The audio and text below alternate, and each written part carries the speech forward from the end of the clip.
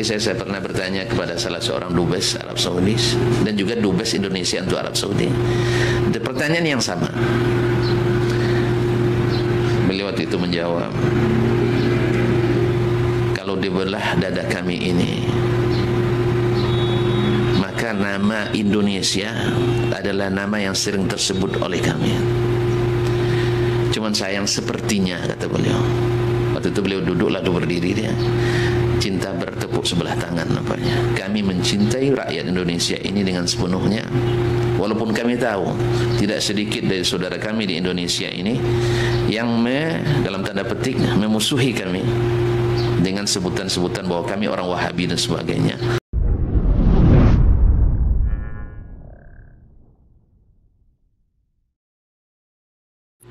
Tidaklah sempurna iman seseorang sampai dia mencintai untuk saudaranya apa yang dia cintai untuk dirinya. Kemudian salah satu ciri ahlus surga itu adalah wa naza'na ma fi qulubihim min ghillin ikhwanan ala sururin mutaqabilin. Kami cabut dari hati-hati mereka kedengkian yang ada dalam dada-dada mereka sehingga mereka bersaudara. Nah, kalau ada yang membenci Arab Saudi misalnya karena dengan alasan negeri itu Wahabi, ini adalah suatu yang ironi, sesuatu yang sangat tidak patut. Apalagi kalau terjadi dari seorang yang dianggap sebagai ulama, seorang kiai, seorang ustaz, seorang tokoh. Kenapa? Kebencian kaum muslimin dan muslimat dirahmati Allah, kalau bahasa kitanya, biarlah pecah di perut tapi jangan pecah di mulut. Biar pecah di perut tapi jangan pecah di mulut. Karena kalau sudah pecah di mulut, ini sifatnya memprovokasi. Antum silahkan membenci orang yang antum tidak setujui, tetapi selama mereka orang Islam, masih ada hak antum untuk mendoakan kebaikan untuknya, masih ada hak antum untuk mencintainya. Walaupun dalam banyak masalah antum tidak bersetuju dengannya. Seperti kata Imam Asy-Syafi'i rahimahullah, yang sering kita menisbatkan diri kepadanya, bahwa kita adalah pengikut Imam Asy-Syafi'i, pengikut Imam Asy-Syafi'i. Ternyata akhlak Syafi'i jauh dari kita. Bukankah Syafi'i yang mengatakan, ala yahsunu bina an na'isha ikhwanan walau lam nattafiq fi mas'alah. Apakah tidak patut kita tetap bersaudara sekalipun kita tak satu pun masalah yang kita sepakati? Saya bilang haram, antum bilang halal.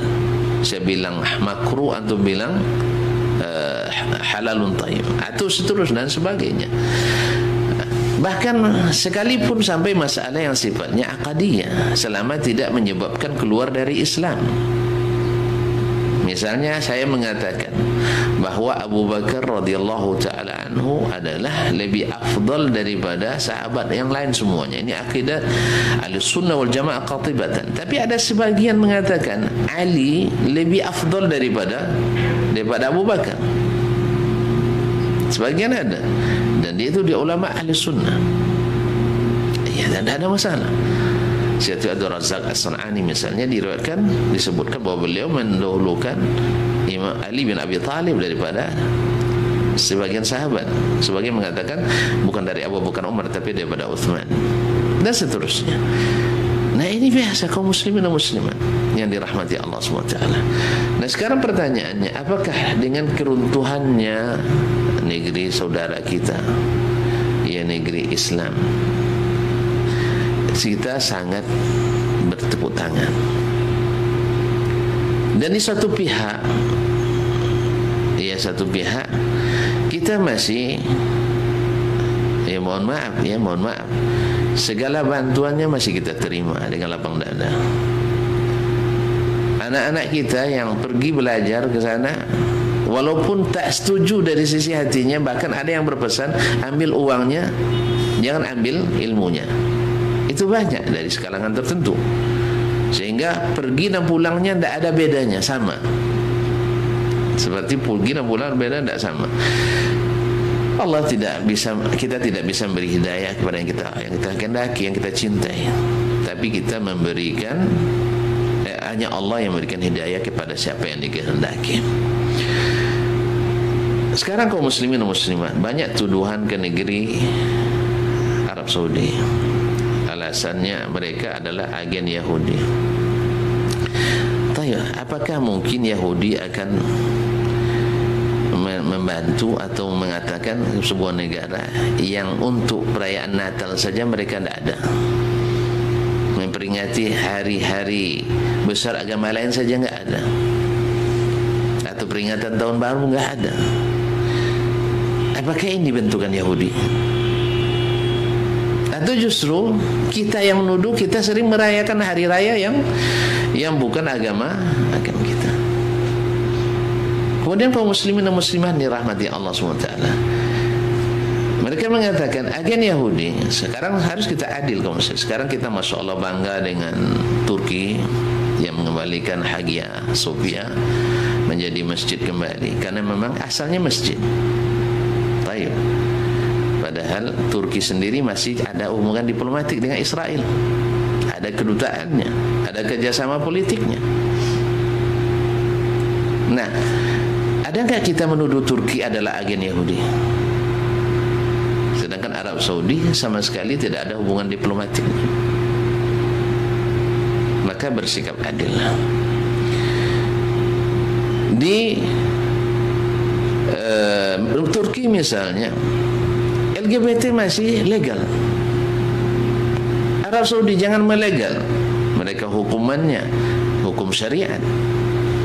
Kalau ada yang melakukan itu dan terbukti dilakukan padanya hukum syariat, yaitu dieksekusi. Kaum muslimin dan muslimat dirahmati Allah SWT. Di mana masalahnya? Mereka adalah orang yang sangat anti dengan kesyirikan. Bukan hanya kesyirikan, bahkan jalan-jalan menuju syirik mereka berangi. Apakah tuan-tuan merasa resah dengan dijauhkannya hal-hal yang menyebabkan kesyirikan, seperti menjadikan kuburan-kuburan keramat? Karena itu tuan-tuan membenci Arab Saudi. Sangat ironis. Bukankah Nabi kita yang mewasiatkan kepada menantunya Ali bin Abi Thalib radhiyallahu taala anhu bahwa tak kau temukan satupun kuburan yang ditinggikan kecuali kau ratakan dengan tanah? Bukankah Nabi kita yang mengatakan ketika ada yang ingin bernazar untuk menyembelih seekor onta di Buana, Nabi tanyakan, apakah di situ dulu pernah terjadi perayaan jahiliyah? Tidak. Apakah dulu itu jadikan tempat penyembelihan oleh orang-orang jahiliyah? Tidak. Kalau gitu baru sembelih. Nah sekarang kita justru ingin melegalkan kadang-kadang perayaan-perayaan jahiliyah lalu diislamisasikan. Misalnya sesajen, kalau dulu pakai bahasa lain, misalnya agama lain, lalu sekarang kita ganti dengan tahlilan dan selawatan misalnya. Ada yang mengusulkan seperti itu. Apakah itu yang mau dihidupkan?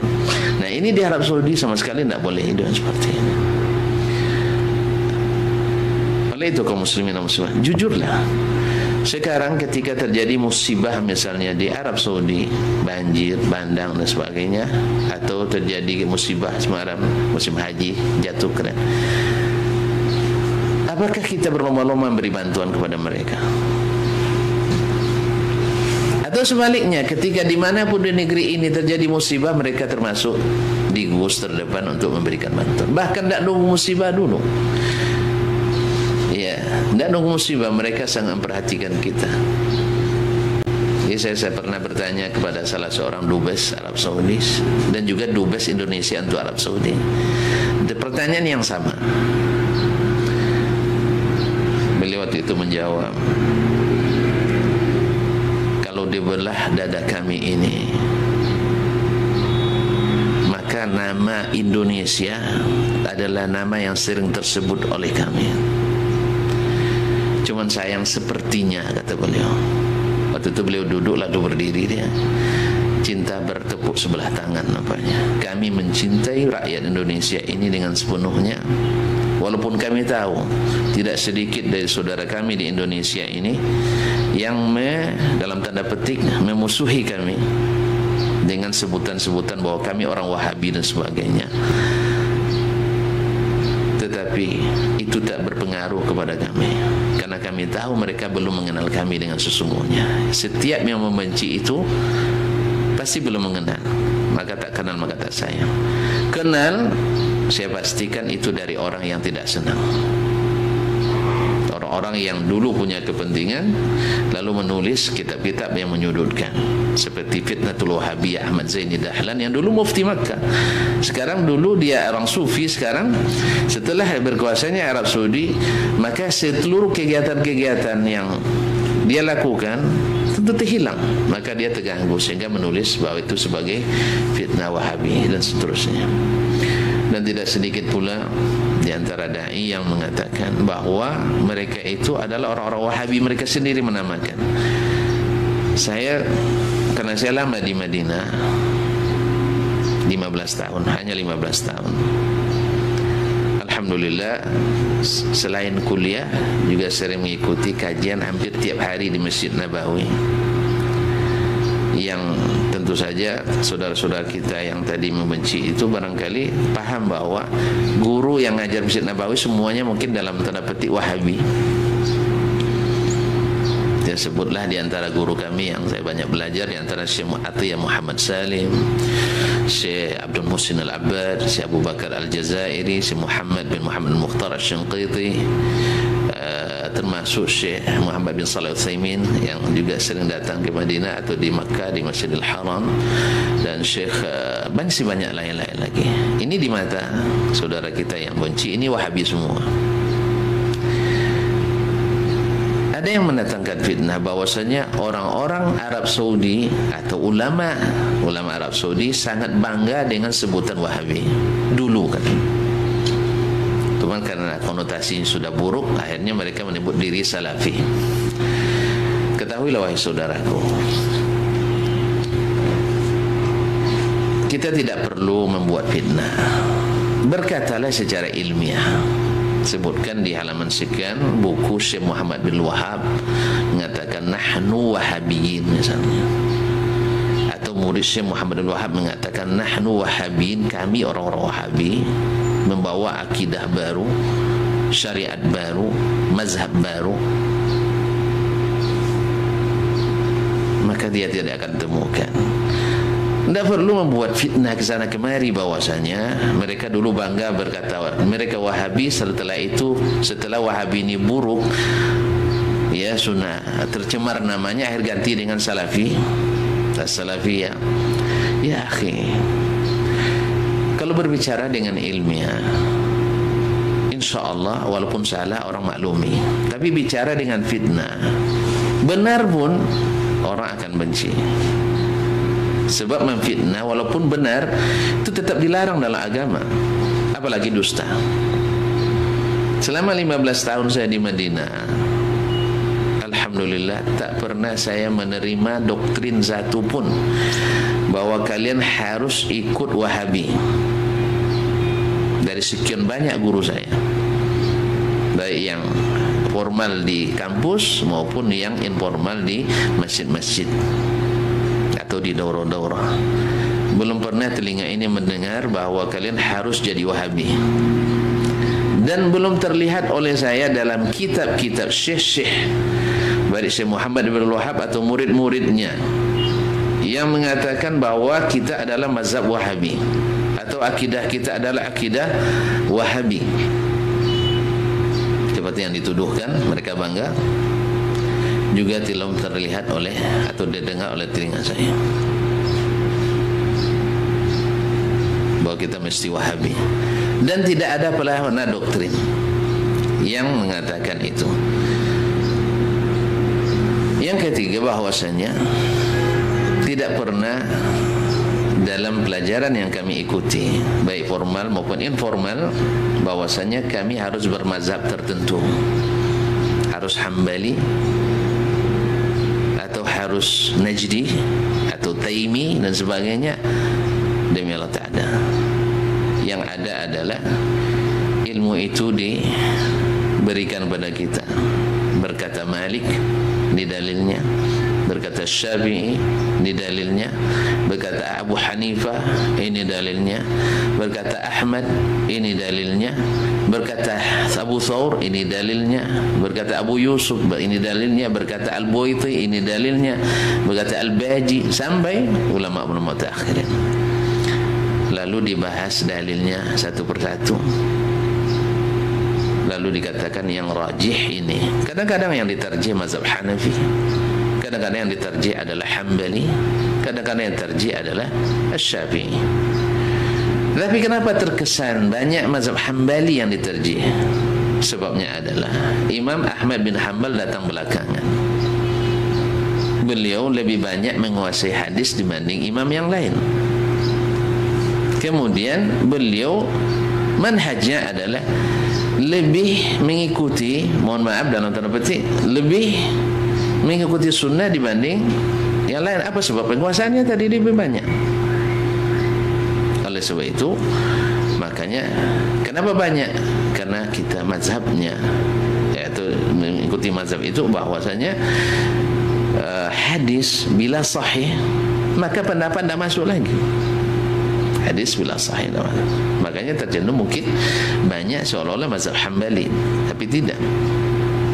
Sebagaimana kita juga yang mengaku Syafi'i hari ini, ya Syafi'i mengatakan tidak sampai pahala bagi yang ngirim bacaan Al-Quran dan tahlilan. Tapi kita milih yang mana? Hambali yang kita pilih.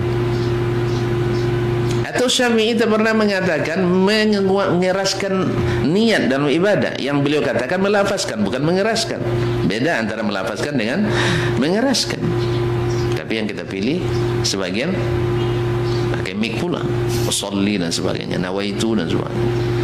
Sebagaimana Syafi'i mengatakan bahwasanya boleh imam menjaharkan untuk zikir dan doa, zikirkan jaharkan, mengeraskan suara.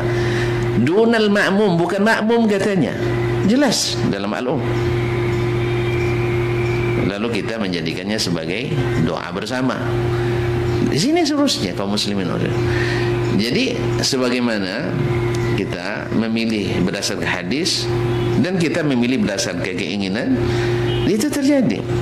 Jadi oleh itu kaum muslimin dan muslimat dirahmati Allah SWT, maka fitnah bahwasanya negeri itu negeri Wahabi, dan alhamdulillah dari rajanya sampai ulamanya tidak pernah mereka mengatakan kita mazhabnya Wahabi dan ini dan akidah kita Wahabi. Tidak ada akidah ini sebelumnya, yang ada kita yang buat. Ini adalah fitnah. Dan untuk itu kita mengundang ya saudara-saudara kita, khususnya para ustaz, silahkan dibaca dulu. So, sudah sering terjadi banyak dosen dari luar negeri, dari Mesir, dari Irak, dari mana, dari India. Mereka awalnya masuk ke Arab Saudi dengan gambaran persepsi yang tempat pakai itu, bahwa Saudi itu ada Wahabi, Wahabi itu sesat, menyimpang dari seluruh mazhab dan sebagainya. Ternyata setelah mereka bertemu langsung, seperti kisah Syekh, salah seorang dosen di Fakultas Al-Quran ahli qiraat dari Mesir, dia waktu itu kalau bahasa kita bermujadalah ya dengan seorang mahasiswa Arab Saudi. Dia ini pahamnya tentulah paham yang dia bawa dari Mesir tentang masalah akidah. Sampai bukan saja berdebat, sampai berbantah, sampai kasusnya ke dekan. Tidak selesai oleh dekan. Ini yang cerita langsung dekannya ke saya, Syekh Dr. Abdul Aziz Al-Qari Al-Bukhari, di rumahnya. Dia cerita ke saya bahwasanya lalu sampai kasusnya ke Rektor Al-Jami'ah yang waktu itu dijabat oleh Al-Imam Al-Allamah Abdul Aziz bin Abdullah bin Baz rahimahullah ta'ala. Sampai ke Syekh akhirnya menulis surat resmi meminta sang dosen Mesir ini untuk datang ke kantornya. Subhanallah. Setelah dia datang, dan dosen ini tentu saja kalau rektor yang manggil ada kemungkinan besar dideportasi. akhirnya dia sudah mulai khawatir. Tanda khawatirnya dikemas barangnya, artinya siap-siap untuk berangkat. Artinya dia sudah ini, artinya sudah sudah menyerahlah apa yang terjadilah. Ya pasti Wahabi membela Wahabi, ini kan itu bahasanya. Sangkaan beliau itu ada Syekh bin Baz Wahabi dan ini Wahabi. Dia Masya Allah masih bisa menyimpan kebenciannya itu. Tapi waktu itu terbongkar, itu masalahnya.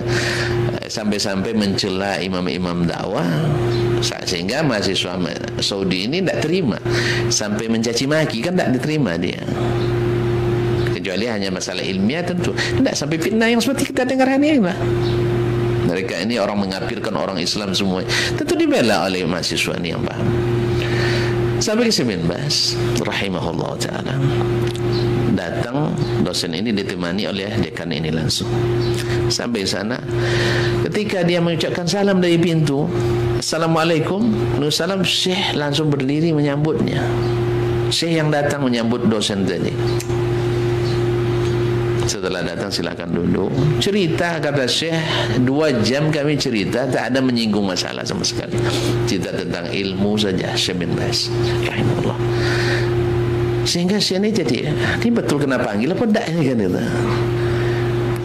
Coba lihat ikhwani fillah, adab dan akhlak para ulama itu yang tak sepaham dan semazhab, enggak seperti yang dituduhkan.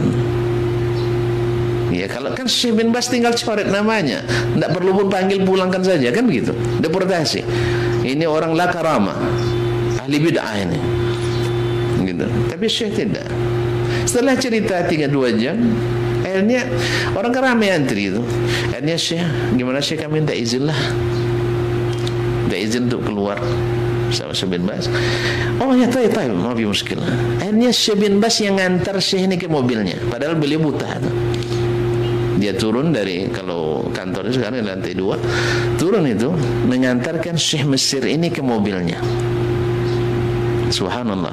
Padahal dia dengan butanya bisa beralasan sebenarnya, tapi tidak diantarkan. Tidak ada cerita kecuali setelah mau masuk mobil, dia usap punggung Syekh dari Mesir tadi. Ini kan bawahan dia ini sebenarnya, tapi dia usap disempurna. Syekh, ta'rifun anna syabab indahum ghilza wa hamasa. Syekh, kamu harus paham juga, yang namanya mahasiswa itu ada yang keras, ada yang semangatnya. Dimohon dimaklumi saja ya, katanya. Selesai. Subhanallah. Apa yang selama ini terbayang oleh dosen ini, bahwa Wahabi itu sangar, Wahabi itu suka ngapirkan orang, nak memutuskan orang masuk neraka, benci, memuncak di kepala kepada orang-orang yang tidak sepaham dengan mereka, langsung dia saksikan sendiri. Sebab itu yang diisi di kepalanya dulu ketika belajar di Mesir dulu. Diisi di kepalanya ketika belajar Mesir dari Azhar mungkin dulu. Ya memang dia tamat Azhar. Mungkin itu diisi, udah ditambah masyarakat sekelilingnya benci luar biasa kepada dakwah itu. Dia saksikan sendiri sekarang. Ternyata bahwa orang Arab Saudi itu orangnya keras, bahwa Arab Saudi itu membenci selain yang tidak sepaham dengan mereka, tidak memberikan hak-haknya. Sebenarnya untuk zaman ini tidak perlu lagi sebenarnya dibantahkan. Kita lihat sendiri kok. Kita lihat sendiri apa yang terjadi di sana. Saya tanya ke mahasiswa saya, kan ada juga yang mengatakan bahwa Saudi Wahabi itu bahaya, Ustaz. Di mana bahayanya? Antum pernah lihat orang jemaah haji yang gila setelah dari Arab Saudi? Iya, dapat tekanan kan. Arab Saudi katanya memaksa orang jangan melakukan apa kecuali yang mereka inginkan. Tapi saya tanya, berapa orang jemaah haji yang gila selepas haji? Atau mohon maaf, kalau mereka suka menumpahkan darah, berapa haji jemaah kita yang sudah ditikam oleh orang Arab Saudi, oleh orang Wahabi? Maka jangan butakan mata, jangan pekakkan telinga, jangan terima fitnah. Lihat kenyataan. Berapa bantuan masjid dari Arab Saudi di Indonesia dan berapa bantuan masjid dari Indonesia ke Arab Saudi? Berapa bantuan kemanusiaan dari sana ke sini dan berapa bantuan kemanusiaan kita berikan? Kalau mereka benci, ngapain mereka bantu Aceh? Mohon maaf ya, saudara kita di Aceh termasuk negeri yang paling anti dengan yang mereka sebut Wahabi, sampai ada peraturannya itu. Semoga Allah SWT memaafkan saudara kita. membukakan pintu daya baginya. Ya karena tidak terbuka tadi. Akhirnya Syekh Mesir ini baru masuk dari mobil, dia langsung terkesima. Ternyata yang dia bayangkan dapat sarapan pagi itu dikata-katai sama Syekh, justru sebaliknya sambutan yang hangat, bicara tentang tidak ada masalah. Syekh bukan tidak paham, buktinya ketika diantarkan dia kan maklumlah anak-anak muda, dia jangan bawa perasaan, jangan baperan lah, itulah bahasa kita sekarang. Janganlah Syekh baperannya, jangan bawa perasaan. Subhanallah, kata Syekh Dekan tadi, seperti yang dia ceritakan langsung ke saya, wallahi ada sebenarnya. Baru masuk tutup pintu mobil, dia bilang Jibril Kutubul Wahabiyah nih, tolong bawa ke sini seluruh kitab Wahabi. Ternyata beliau belum pernah baca satu pun. Belum pernah baca kitab Syekh. Kitab Wahabi itu belum pernah dibaca. Dan ini yang saya yakini, bahwa mereka pada umumnya tak pernah baca kitabnya langsung, tapi baca dari orang-orang yang kontra. Ya tentulah, dari awalnya justru sudah bayangan yang tidak baik, ditambah lagi dengan fitnah yang ada dalam kitab-kitab yang ditulis oleh para ulama yang kita kagumi, yang kita katakan mungkin lebih hebat dari Nabi sebagiannya secara aplikasi, walaupun secara lisan mungkin tidak dikatakan itu. Kaum muslimin dan muslimat dirahmati Allah, akhirnya beliau membaca kitabnya dengan seksama tanpa tekanan sekarang, karena dia sudah lapang. Baru dia tahu ternyata ini tak sesuai dengan apa yang dituduhkan, tak sesuai dengan apa yang difitnahkan. Oleh sebab itu, ikhwani fillah, maka belajarlah ilmu dengan sungguh-sungguh. Antum akan tahu, sebab siapa yang tahu yang benar pasti tahu mana yang salah. Siapa yang tahu sunnah paham mana yang bid'ah. Tapi kalau antum berkutat di yang salah, kamu tak akan tahu mana yang benar. Kalau antum tetap masih pro kepada bid'ah, apapun namanya bid'ah hasanah, antum tak akan kenal lezatnya sunnah. Demi Allah, antum tak akan merasakan lezatnya sunnah selama masih dicampur. Jadi kalau nak tahu kopi itu yang murni, jangan pakai gula, itu tahu terasa enaknya. Cuman tidak semua orang bisa minum. Saya dulu awal minum kopi Arabik itu yang tak pakai gula itu, ya tepi cima terbuatnya, terkejut lidah kita. Tapi setelah dinikmati ternyata lebih enak dari kopi yang pakai gula. Dulu ketika minum jus yang murni, tak pakai gula, tak pakai susu, tak pakai es, siapa yang sanggup? Tapi setelah dicoba ternyata sehat. Akhirnya menjadi lebih diutamakan daripada yang gula manis dan sebagainya. Apalagi kita di musim gula, ini gula yang tak laku ya, penyakit gula yang tak laku, kita hindari dengan menikmati yang asli dan original. Maka pakailah dalam syariat ini, dalam agama ini yang original, antum akan merasakan nilainya bertambah. Tapi kalau antum masih campur imitasi, masih campur dengan yang tidak asli, antum tak akan pandai membedakannya. Maka pelajarilah dari sumber yang asli itu. Seperti kata Imam Ibnul Qayyim dalam Miftahu Daris Sa'adah, beliau mengatakan man akhadzal ilma min 'ainil ilmi thabat. Siapa yang menuntut ilmu, ngambil ilmu dari sumber aslinya, Al-Qur'an dan hadis, dia akan kokoh. Wa man akhadzahu min jarayanihi, man akhadzathu fitnatus subuhati wasyahawat atau akhadzathu amwajul fitani wasyubuhat. Siapa yang ngambil dari alirannya yang sudah keruh-keruh, dia akan terhempaskan oleh gelombang fitnah dan subuhan. Wa malat bil ibarat, dan dia akan lebih cenderung terpengaruh oleh retorika. Tanda ilmu itu lebih membutuhkan originalitasnya, autentisitasnya, lebih daripada hanya sekedar retorika. Oleh itu ikhwani kaum muslimin, saya nasihati diri saya sendiri, walaupun kita tidak sepaham, tapi jangan berselisih paham, jangan menuduh yang bukan-bukan. Bicaralah secara ilmiah, selesai. Seperti yang kita katakan, bicara kita jangan sampai melekatkan ini ahli neraka, ini ahli apa, tapi kita hanya mengatakan bahwa pendapat ini dan yang mengikutinya sesat. Kalau tidak mau, silahkan dibantah secara ilmiah. tapi tidak melekatkan tuduhan-tuduhan bahwa yang mempercayai sifat Allah secara hakiki itu musyabbihah. Antum paham siapa yang musyabbihah? Siapa yang mujassimah? Belum paham lagi akidahnya salaf itu sudah menuduh orang dengan yang antum tidak paham. Tadilah Syekh tadi tidak pernah baca kitab Syekh Muhammad Al-Wahhab saja, tidak pernah baca. Padahal kitab beliau kecil-kecil rata-rata kan, kitab Tauhid. Hanya kitab. Kemudian usulul salasa, awal qawaidul arba, kasyfus syubhat. Rata-rata buku beliau ringkas-ringkas. Karena memang seperti pelajaran kita dalam Fadlul Ilmi Salaf ala Ilmi Khalaf, ulama-ulama dulu tu ringkas-ringkas tapi padat. Coba pelajari.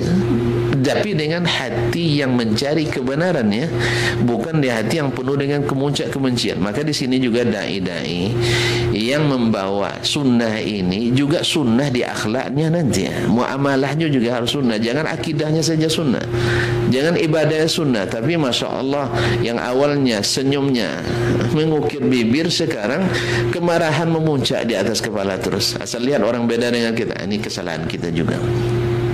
Maka Nabi SAW mengatakan, Inna rifqa la yudha'u fi syai'in illa zana wa la yunza'u min syai'in illa syana. Sesungguhnya sikap lemah lembut itu tak diletakkan pada sesuatu kecuali dia hiasi, tambah indah.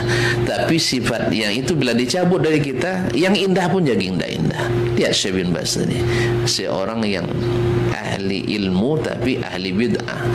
Ya menurut kita ya, ahli bid'ah karena memang bercanggah akidahnya dengan akidah sunnah. Tetapi setelah didapatkan muamalah yang demikian indah dari Syekh, akhirnya kembali dia pelajari, ternyata apa yang dia yakini dan dia persepsikan, bahkan dia provokasikan masyarakatnya sebelumnya kepada itu, akhirnya dia dapatkan hidayah dengan izin Allah dan akhirnya menjadi salah satu corong akidah ahli sunnati wal jamaah yang sesungguhnya, yaitu yang mengikuti Al-Quran dan Sunnah dan pemahaman as-salafus salih. Wallahu ta'ala alam. Dan kepada saudara-saudara semuanya, dari yang setuju dan yang tidak setuju, maka jangan sekali-kali mengucapkan kata-kata yang tidak patut dan tidak pantas. Yang berilmu jangan dikatakan jahil dan jangan katakan bodoh. Karena ilmu itu kan ada dua macam. Ada ilmu yang benar, ada ilmu yang salah. Dan dia itu bukan bodoh. Kita pada asalnya disiapkan cerdas oleh Allah SWT. Cuman masalahnya ada yang salah tuntut kita, salah mengambil jurus, salah mengambil ilmu. Nah, kesalahan itu semua orang mungkin terjadi padanya, karena tidak ada yang maksum. Oleh sebab itu bagi pemula lah, maka para pemula, para salafus saleh selalu menasihati jangan sembarangan berguru. Memang ini bukan saja ahlul haq, ahlul batil pun juga seperti itu. Saya pernah baca komentar ya ketika mengatakan kawan-kawan salafi ini tak boleh berguru kecuali kepada orang-orang yang sepaham dengannya. Baru saja menjawab membaca itu, saya ditelepon oleh seorang ibu. Ternyata ada dai lain yang sangat anti dengan dakwah salaf, ya, anti dengan dakwah salaf, menteror ibu itu. Jangan dengarkan radio ini, radio itu, TV ini, TV itu. Sama punya apa? Nuduh orang. Semuanya sama. Kita akan cenderung mengatakan, kalau sudah mengelompok, pasti katakan jangan dengarkan, jangan itu. Semua yang mengelompok, termasuk sekalipun yang disebutkan diri sana, kalau sudah ngelompok, pasti akan lahir yang seperti ini. Tetapi ketika ulama salaf mengatakan jangan untuk ilmu sembarangan, artinya bukan menengok kelompok, tapi melihat kapasitas, kredibilitas dan integritas. Bukan melihat kalau ngaji di Rabbani berarti ini lain. Nah, ini bukan. Yaitu apa yang disampaikannya. Ya, kalau sudah terlihat akidahnya, terlihat manhaj ilmiahnya, terlihat istidlalnya, terlihat amalannya, apalagi juga akhlaknya, adalah semuanya berusaha untuk menyesuaikan dengan as-sunnah. Apalagi yang tunggu? Oh, belum sunnah, kenapa? Karena belum mengisi di radio Rabbani. Bukan. Rabbani itu sebagian kecil dari sarana dakwah. Atau masjid ini, masjid itu sebagian kecil daripada sekian banyak sarana dakwah. Itu itu tidak bisa jadi patokan. Ini akhirnya menimbulkan nanti lagi hal-hal yang menunjukkan fanatisme yang auzubillah. Jadi fanatisme itu sebenarnya tercela pada asalnya, kecuali yang kepada Rasulullah SAW kalau sebut di fanatik. Tapi kalau ini namanya ittiba. Mudah-mudahan yang bertanya bisa memahami dan juga yang mendengar bisa memaklumi.